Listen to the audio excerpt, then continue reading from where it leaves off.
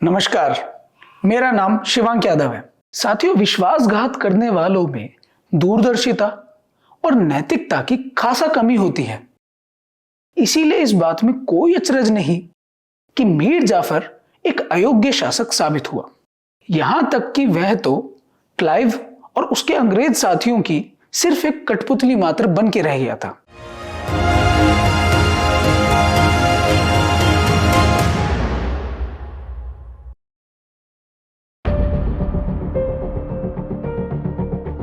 दिल्ली सम्राट का दरबार इस समय तक काफी निर्बल हो चुका था।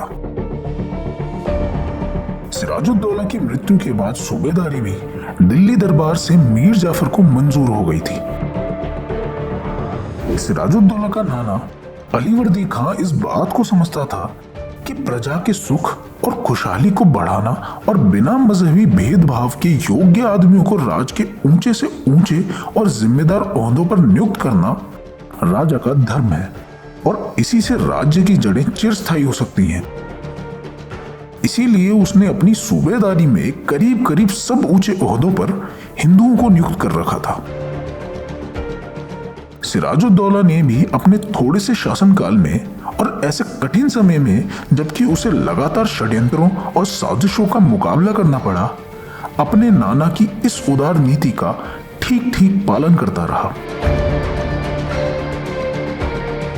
अलीवर्दी खां और सिराजुद्दौला दोनों अपनी हिंदू और मुसलमान प्रजा को एक आंख से देखते थे और उनके साथ एक बराबर बर्ताव करते थे। किंतु यह एक विचित्र बात है कि बंगाल के शासन में अंग्रेजों का दखल शुरू होते ही मुसलमान सूबेदारों की यह नीति एकदम बदल गई। नवाब मीर जाफर अली खान ने सूबेदार की गद्दी पर बैठते ही हिंदुओं को तमाम ऊंचे ऊंचे ओहदों से हटाकर उनकी जगह अपने सहकर्मी भरने शुरू कर दिए। यह नीति मीर जाफर और उसकी प्रजा दोनों के लिए अहितकर, किंतु अंग्रेजों के लिए हितकर थी।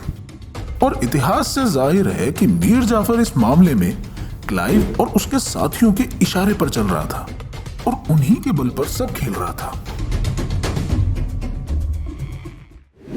सबसे पहले इन लोगों ने मुर्शिदाबाद के अधीन बड़े बड़े प्रांतों से हिंदू राजाओं को हटाकर उनकी जगह मुसलमानों को बिठाना शुरू कर दिया। राम नारायण, अलीवर्दी खां और सिराजुद्दौला दोनों का ही वफादार रहा। सिराजुद्दौला के विरुद्ध जो साजिश की गई उसमें वह शामिल नहीं था। यही उसका सबसे बड़ा अपराध था।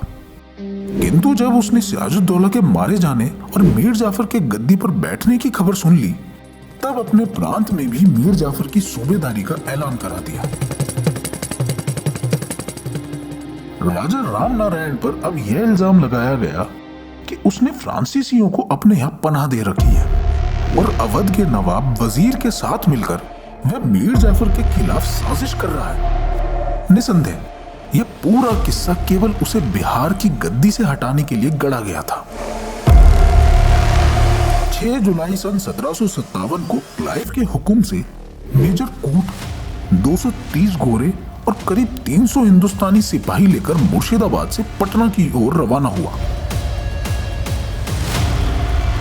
बहाना यह बनाया गया कि यह सेना फ्रांसीसियों का पीछा करने के लिए भेजी जा रही है। किंतु 12 अगस्त को मेजर कूट के पास क्लाइव का एक पत्र पहुंचा, जिसमें क्लाइव ने उसे यह हिदायत दी कि तुम पटना पहुंचकर मीर जाफर के एक भाई महमूद अमी खां के साथ मिलकर राम नारायण को गद्दी से हटाने का प्रयत्न करो। कूट पटना पहुंचा, किंतु उस थोड़ी सी सेना से राम नारायण को हरा सकना नामुमकिन था। राजा राम नारायण को भी मेजर कूट के नाम क्लाइव के पत्र की कुछ खबर मिल गई थी। उसने धीरज से काम लिया। समझौते की बातचीत शुरू हुई। 12 अगस्त को राम नारायण के महल में सभा हुई। जितने इल्जाम राम नारायण पर लगाए गए थे, उसने उन सबको शांति के साथ झूठा साबित किया। कूट और महमूद अमीन के साथ मीर जाफर का दामाद मीर कासिम भी मौजूद था। अंत में एक ब्राह्मण को बुलाकर सबकी मौजूदगी में राजा राम नारायण ने मीर जाफर को सूबेदार स्वीकार किया और उनकी वफादारी की कसम खाई।